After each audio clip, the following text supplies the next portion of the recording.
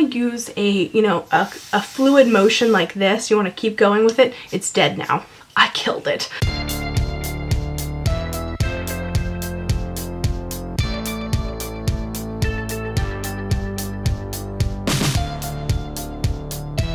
Hey guys and dolls, welcome back. It's me, Cora. Today I'm going to be sharing with you my favorites for the month of April.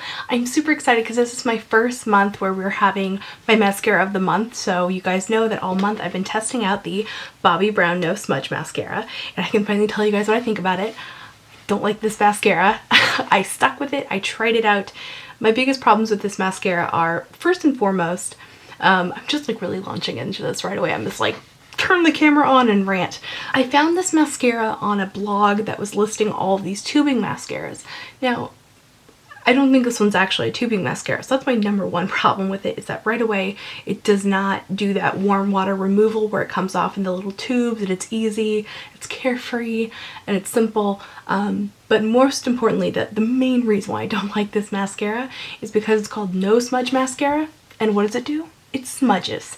It smudges like a biatch. It's not the most smudging mascara that I've ever found, but it's actually kind of difficult to remove. So once it does smudge, it's like you're just gonna have raccoon eyes for the day until you get some hardcore makeup remover on that. It's a biatch. So frankly, I don't like this mascara. The other thing about this too is that it was kind of a dry and clumpy formula. It could work. Here's a picture of my lashes right after I've applied them. They look decent, but they don't look as expensive as that is. So moving on, I decided to go with a cheaper tubing mascara this time. This is the NYX Doll Eye Mascara.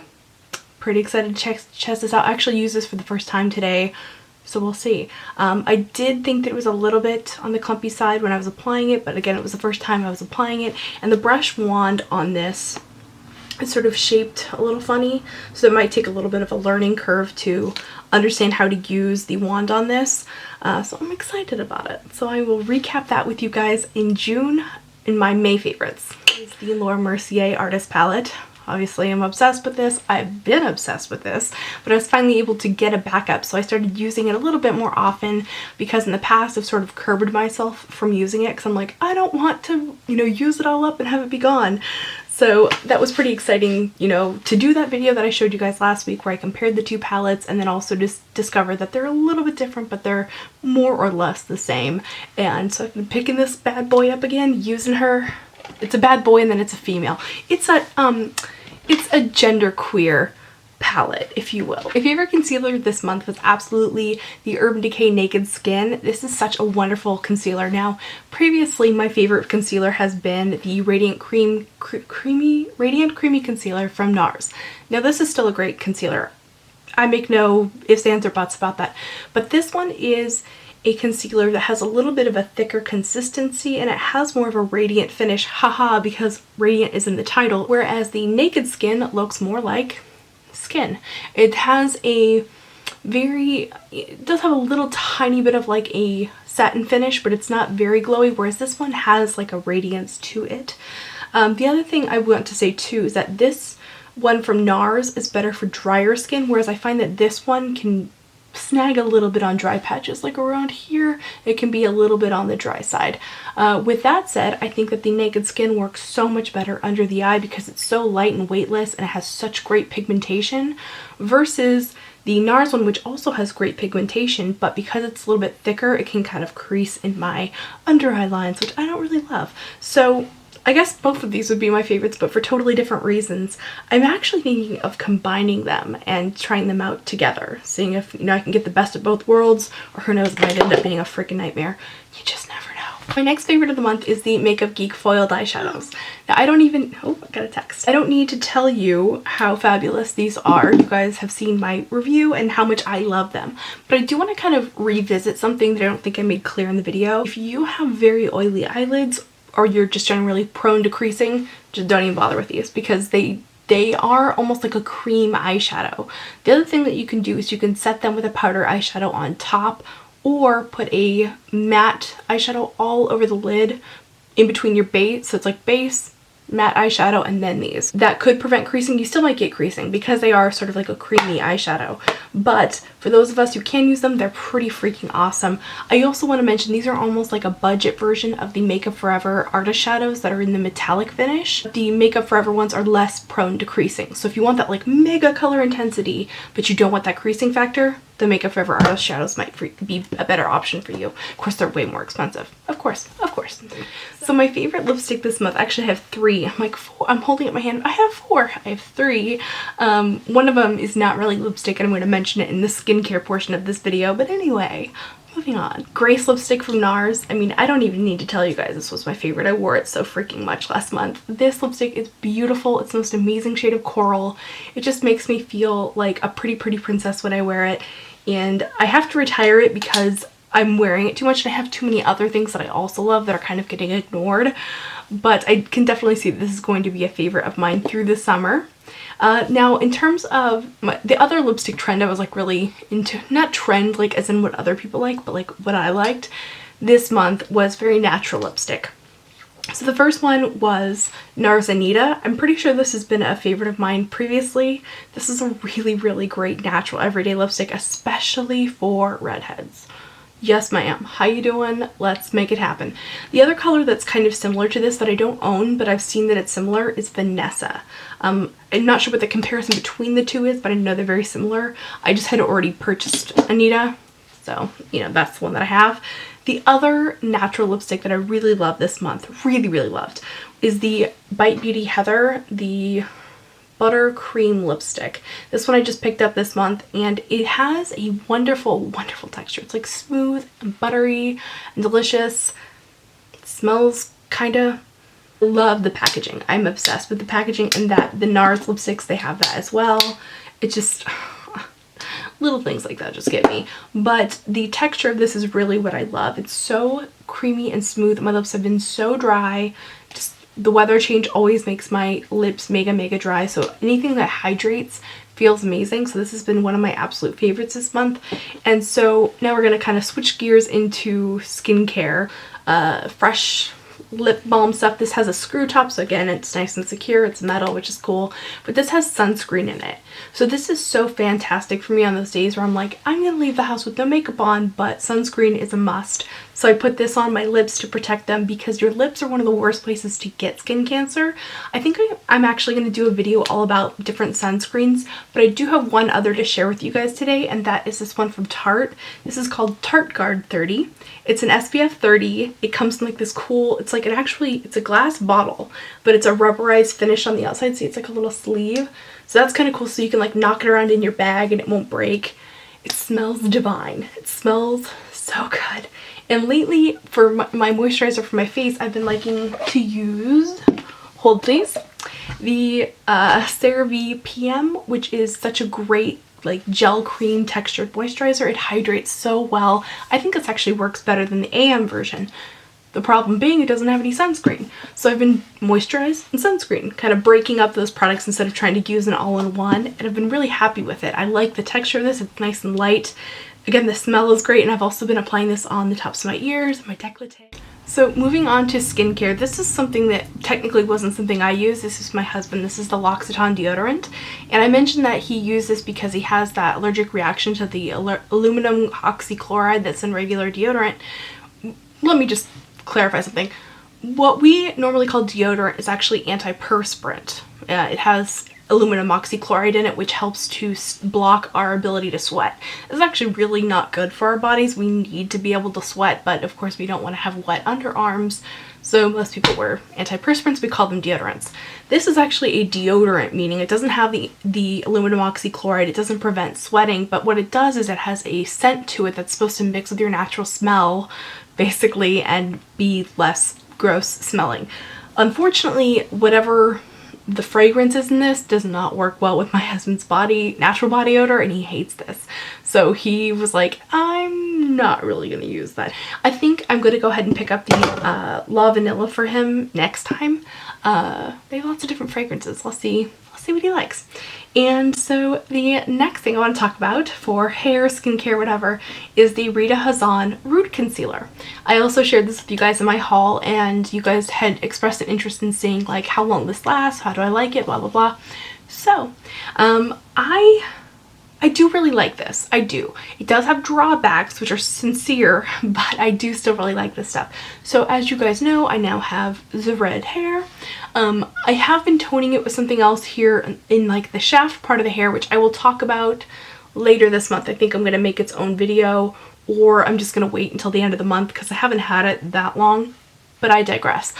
For this, what you do is you use this to conceal your roots. That's why it's called root concealer. How about that? So you spray this into your roots, and you want to use a fluid motion like this. You want to keep going with it. It's dead now. I killed it. When you're doing this, you want to do it like a fluid motion, just really where your hairline or your part will show. You don't need to do it all throughout the hair because it's just like a waste of product. So what I do is I go ahead and spray it on. I will then go over my part like with a Q-tip like this. In fact, there's still some there. I didn't do a great job today. That way the part still looks like skin again. You can see little bits come up. It makes it look a little bit less fakey. The other thing about when you spray this on, you want to do as fluid as motion as possible to minimize spurts or like weird spots, but you're still going to get spurting all over the hairline.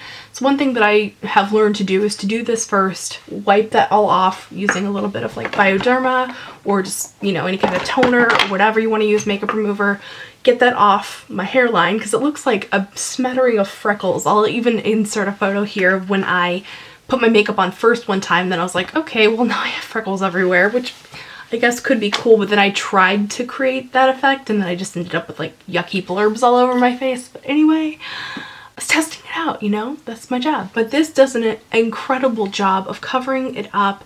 It doesn't feel sticky or gross. It maybe has like a little bit of a texture to it. I mean, it is a spray. You will get it on your hands if you touch your hair. So if you put it in and then style your hair, you're going to need to wash your hands before you touch anything. The other drawback about this is it lasted about a month. This is now empty. However, most people for the first month that they dye their hair aren't going to need this. You're not going to have those roots showing. And then also I was painting my roots down a little bit further than the average Joe, who would only be, you know, filling in maybe a couple, you know, like a 1/4 inch or so.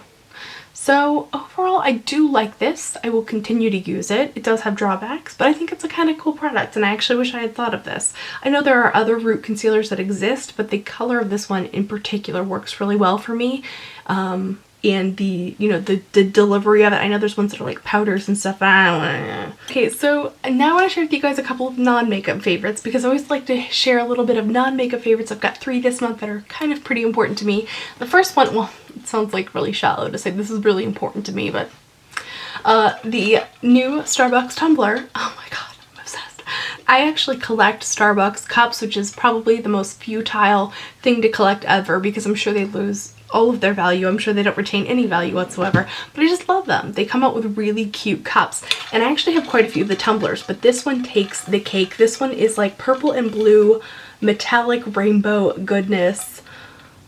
Now the straw that I have here is a Kate Spade straw, just a striped straw or whatever. It comes with a metal straw, but I don't like putting my mouth on the metal straw. Just like, I don't know, something, Nope. I like that it is a metal tumbler though because it keeps your drink nice and cold and everything. I just wanted to let you guys know about this. So many of you have actually shared with me on Instagram photos of when you bought this tumbler and you were like, oh my god, have you seen this? So I thought I would share the love and let you guys know this amazing tumbler is available. And so the other favorite of the month has been vintage hairstyling. As you guys have seen, I have been getting more and more into it, styling my hair in a more vintage style.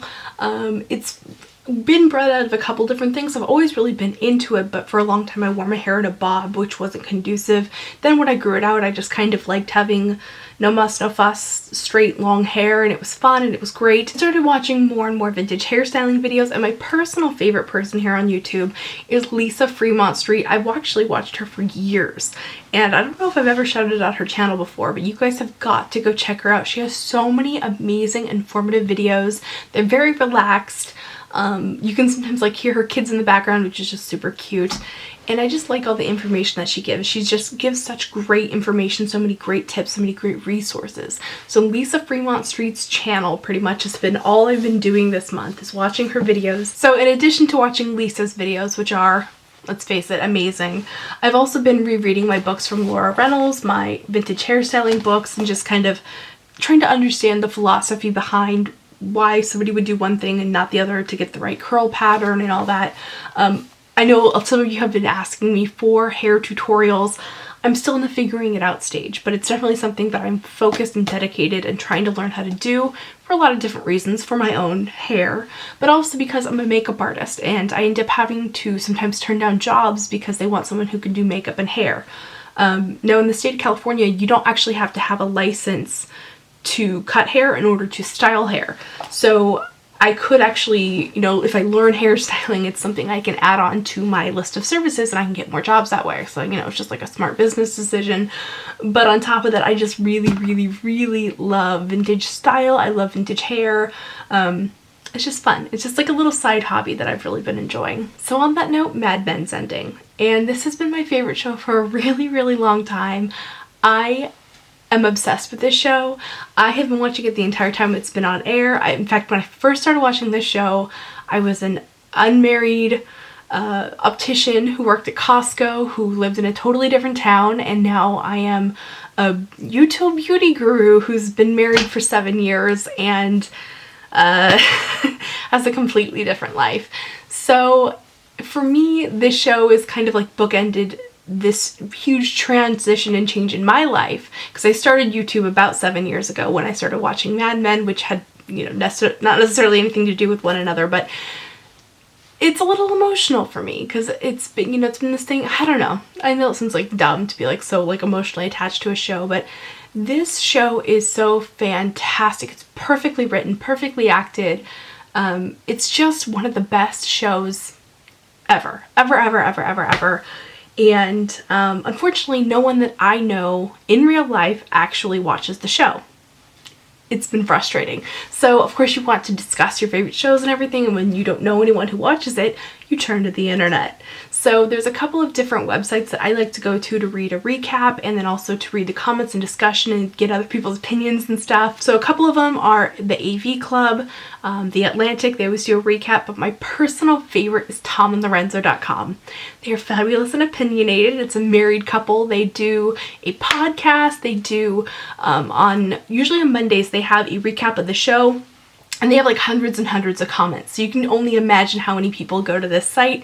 They always have, I think, the best recaps. They also have a thing on Wednesdays where they will dissect the fashion of that episode and talk about not only, you know, the fashion in terms of, you know, the era, but also in terms of the scene, like how is the costume design helping tell that story. And that has been fantastic and so interesting to me. It's something that's like becoming a passion of mine, is really noticing costuming and everything. And so that has been kind of really awesome. I also want to mention that on their podcast, they did a interview with Janie, I think it's Janie Bryant, who does the costumes for Mad Men. Oh, mind blown.